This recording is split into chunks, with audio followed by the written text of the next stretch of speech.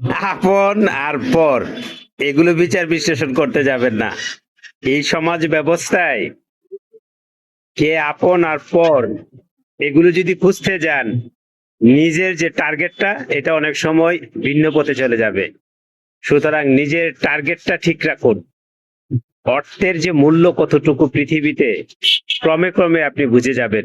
এক্ষেত্রে কারো দিক নির্দেশনা, কারো নীতিকথা আপনাকে শুনতে হবে না। আপনি যখন বাস্তবতায় পড়বেন তখন হাড়ে হাড়ে টের পাবেন অর্থের মূল্য কতটুকু। অর্থ ছাড়া কোনো কিছুই ঠিক থাকে না। অর্থের মাধ্যমে ভালোবাসা, সম্পর্ক সবকিছুই যেন একটা বিশাল অবস্থান তৈরি হয়। অর্থকে আপনি মূল্যায়ন না করলে আপনি রাস্তায় পড়ে ক্ষুধার জ্বালায় পরিস্থিতি এমন হবে যে মৃত্যুর সন্নিকটে চলে আসবে, কেউ সহযোগিতা করবে না। হাতটা তো আপনাকে পাততেই হবে। হাত পাতলেই একটা পয়সা আপনার হাতে দিবে, হাত না পাতলে ক্ষুধার জ্বালায় নিজ থেকেই মরে যাবেন।